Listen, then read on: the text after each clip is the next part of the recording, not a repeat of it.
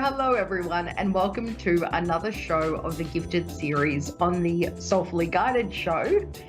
We're on every week on Thursdays if you're in Australia, or Wednesdays if you're in the US.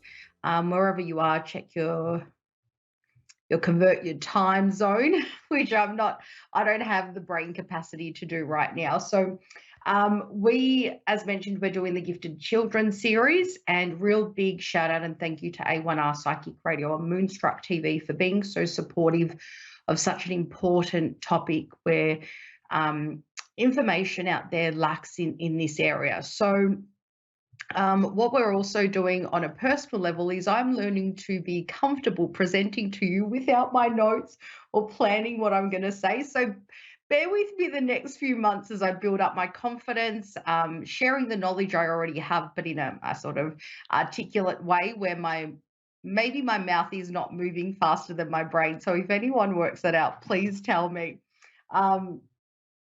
Now, in the Gifted Children series, there's a lot of informative topics we're going to talk about, but I thought as we've had Stephanie, the MIDI medium, in to share her experiences, realizing that actually there are quite some similarities and quite some differences in our experience, but some really good advice from various viewpoints. So we're going to go into those topics as the series progresses, but I wanted to share with you some experiences, because when you find out your child is gifted, it's not going to be a groundbreaking, definitive answer and this is it, they're gifted. It's actually going to be little inconspicuous, a build-up of little things that continue to happen or coincidences that happened in a particular way. And even so, where I shared in my astral travel show of my experience of astral travel, I said that even though I shut my gifts off, I was closed to them, but things still happen. And so today I'm gonna dob myself in. So I in high school I was very respectful, but I was very cheeky. And because I was respectful, my teachers, most of my teachers liked me, except the one that I'm going to tell you about today. So I'm not going to call their name out. They had a unprofessional dislike for me and my mother, but I wasn't very smart in high school. I think trauma and loss shocked the reality and intelligence into me. So in high school, we had this test, and as I said, I didn't identify as intelligent. My teacher saw me, but I thought, no, I don't see what you're talking about. So, but when I did try, I got an A. But other than that, I was almost barely failing and having too much fun. So this is an experience which I thought myself was a complete fluke and wowed myself. And only now that I'm doing the children's series am I starting to realize what's been happening throughout my life and the stories that unfold. So rather than just give you dry information and knowledge, I want to give you experiences as well that shaped me or other people. So I was terrible at maths. I still am. And we had this maths test. Now, I'm not going to call out my friend, but this story can be corroborate, the word, with another person, but I'm not going to call them out either. So we had this maths test, and I don't know what year I was in. I was in high school. So and I copied my friend's exam, like inconspicuously sitting next to her. It was what I thought, I was very discreet, but this maths teacher who had a very big dislike for me, she thought she had her moment, and she probably did. And this is the funny bit of being psychic, and I wouldn't recommend to do this for your children or for yourself, even if you are gifted. You'd be talented enough not to have to cheat. But as a child, I just had no way out. So here I am cheating on this maths test and thought I was being really clever about it. And the teacher must have caught something suspicious. So she asked us to stand up stop our, it was a basic math test, not an exam. It was just a yearly, your subject test. Nothing major, but would have contributed obviously to your report.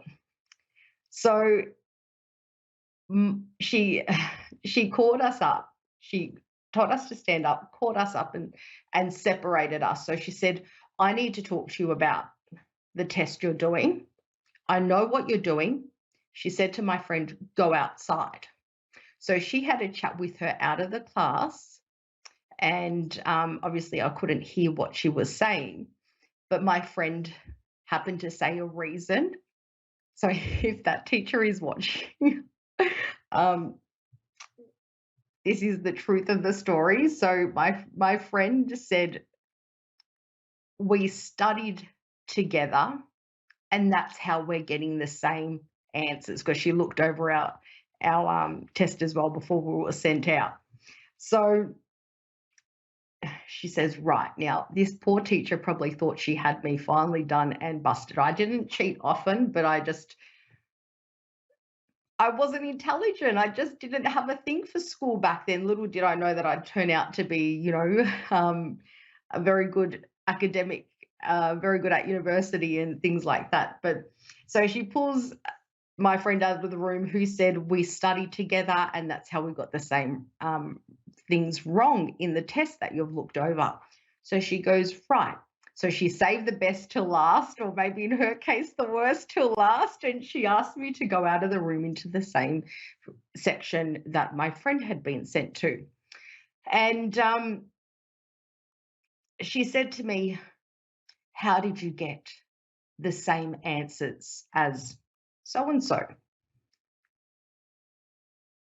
And it just came to me, not knowing I was psychic or, that I'd have the right thing to say. I just assumed it was fluke, because obviously I didn't have much thought to what happened to me as a child. I was similar to Stephanie's story, quite unpopular and lonely in primary school, but say I hung out with the most popular group in my year level in high school, so I was quite well known and a lot more confident, happy, and but still didn't feel like I fit in. So anyway, so back to the story. The teacher says, why, as I said, why do you have the same answers and the same answers wrong?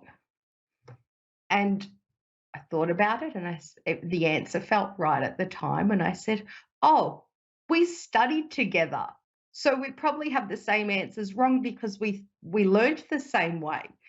And at that moment in time, the veil lifted off my chest. And I don't mean no disrespect to the teacher, although despite her personal disinterest in me and my family, but she had this moment of thinking she finally got me. Like I was in trouble this time for something significant, not doing a class clown joke that the other teachers laughed at. And for moments like that, which I wanted to bring some fun into, I'm calling myself out of cheating on a high school test, but how remarkable that I said pretty much exactly the same thing as my friend had said, just in probably, I'm a talker, probably more words. And I'm looking back on my memories and realizing that some things were not so coincidental as I thought, or just so, maybe not so lucky. So in that moment, maybe the universe wanted to spare me from this experience or this teacher. And I happened to say exactly what my friend had said. So we did not get in trouble. But fast track, 3 years later, I'm only joking, but a lot more years later. And so the truth finally does come out. So that's a fun part of being psychic, where it can get you out of trouble. I don't recommend replicating my experience to test your psychic abilities, but we'll go on in the series how you can test your or determine your children if you're noticing there's hints of gifts in them as well, and there's funny coincidences or things that can't be explained that they're able to do, like if they describe a place they've never been to in clear detail, which is accurate to what the place actually is. So little subtle things will happen in children. It's not groundbreaking things that automatically confirm your child are gifted. It's slow progression into realizing that they're actually knowing things that maybe are too old for them to know, or things that they've never been to, or feeling things that don't belong to a child, or they're hearing things that maybe a great grandmother used to say to you, like a particular baby doll, or but you're not going to pick up your child's actually gifted by just saying one word that your great great grandmother said to you. It's a series of things that will lead up to it. So hopefully in the Gifted Children series, we can give you a bit of laugh, a bit of education, calling myself out for the things that have happened to me, but also some awareness and some support on how to know where to progress forward, because we don't want to enhance our children's gifts and pressure them to be more gifted, but we want them to be comfortable with who they are, so they don't isolate themselves or think, like a lot of us as gifted children, that we're weird. We're scared to create friends if they know what's going on. For our guest that we had on, who could see spirits from the other side as a child, so that can really affect your personality development, your learning development, the way you connect with people in friendships that you learn to build early on in your life. So I hope that this series brings that and much more to you as a parent or someone that's interested in learning about this. I'm also going to give some examples about my children, because my 6-year-old holds her empathy in a depleted way, like I do, but my 2-year-old holds it like an absolute boss baby. So understanding the scope of the gift, how to communicate that with your child, but also how to let them be comfortable with who they are. And you don't have to be an expert in spirituality to get this information, and that's why we're doing this show. So yeah.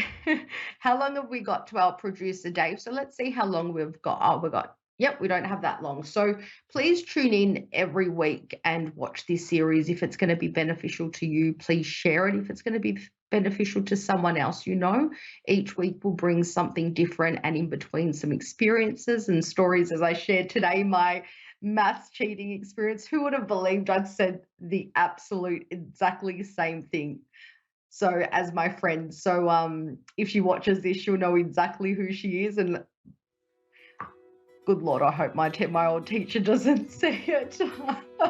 So thank you everyone for tuning in. We'll see you next week, and I look forward to it. Same time, same place.